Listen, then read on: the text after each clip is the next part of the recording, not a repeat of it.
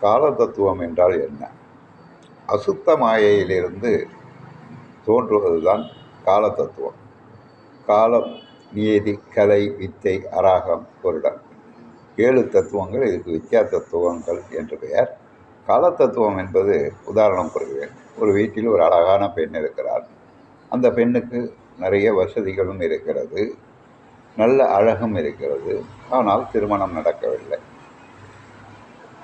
கொஞ்ச காலம் கழித்து ஒரு மாப்பிள்ளை வருகிறார். உடனே திருமணம் நடக்கிறது. இந்த காலங்கள், அந்த பழமொழி உண்டு, காலம் வந்தால், நல்ல காலம் வந்தால் எல்லாம் நடக்கும் அப்படின்னு சொல்லுவோம்.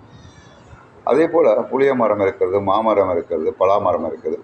ஒரு குறிப்பிட்ட காலங்களிலே தான் அது பூ பூத்து காய் காய்த்து பழமரம் பழுக்கும். இந்த கால தத்துவம் இது தான் விளக்கும். அந்த நேரம் வந்தால் தான் நான் எவ்வளவு முயற்சி செய்து